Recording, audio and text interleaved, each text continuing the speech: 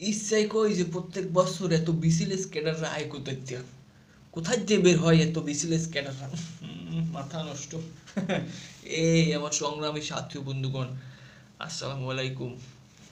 পোস্টভাসের যে টাকা পয়সা আসলে সব মনে করেন আল্লাহর পথে ব্যয় করছি। এটা মনে করেন আমি তাকে সাধুবাদ জানাই, ধন্যবাদ জানাই। আল্লাহ তাকে কনফার্ম জান্নাতি করুক, দোয়া করি তার জন্য। সে চুরি করছে, চুরি করলে মনে করেন চুরি চুরি যত টাকা পয়সা আকাম কুকাম যত টাকা পয়সা সেগুলো আল্লাহর পথে খরচা করছে। আল্লাহ তাকে হেদায়েত দুক, মাফ করার মালিক হইলে আল্লাহ। আমরা কেডা? তুমি আমি কেডা এত কথা কইতে?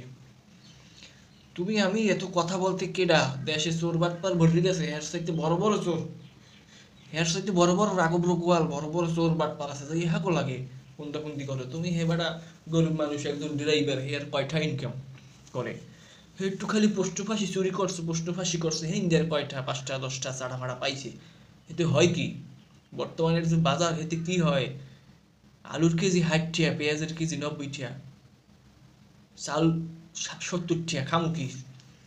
খাওয়ার তো একটা ব্যবস্থা করতেই হবে, অল্টারনেট।